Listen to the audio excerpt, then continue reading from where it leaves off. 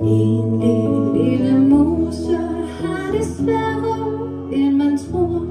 Man befinder sig skidt mellem himmel og jord.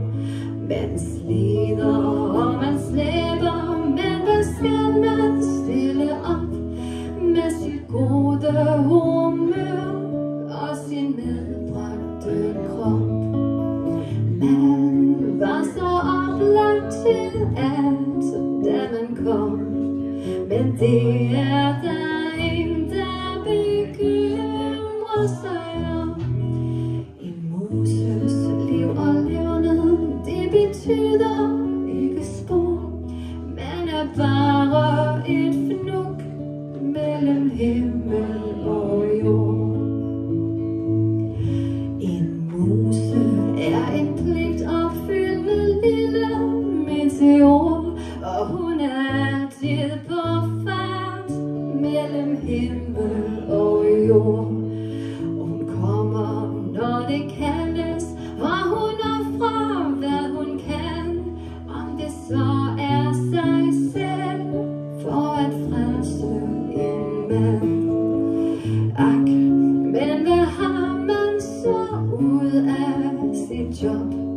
Kun vrøvl og spektakler, og så skal man op. De små ting, man har ordnet, nævnes ikke med et ord. Nej, man har kun gjort sin pligt mellem himmel og jord. Og der er mænd nok her i verden, en er lille, en er stor, og de lover en alt mellem himmel og jord. Men manden, ja, ham den rigtige, der får pulsen til at slå, det er ham, som man ved, at man aldrig kan få. Jo, de skal piger til alteret gå, så langt er der aldrig en muse, der når. Nej, muser, de må hellere blive hjemme, hvor de bor, for de får hjerterne knust mellem himmel og jord.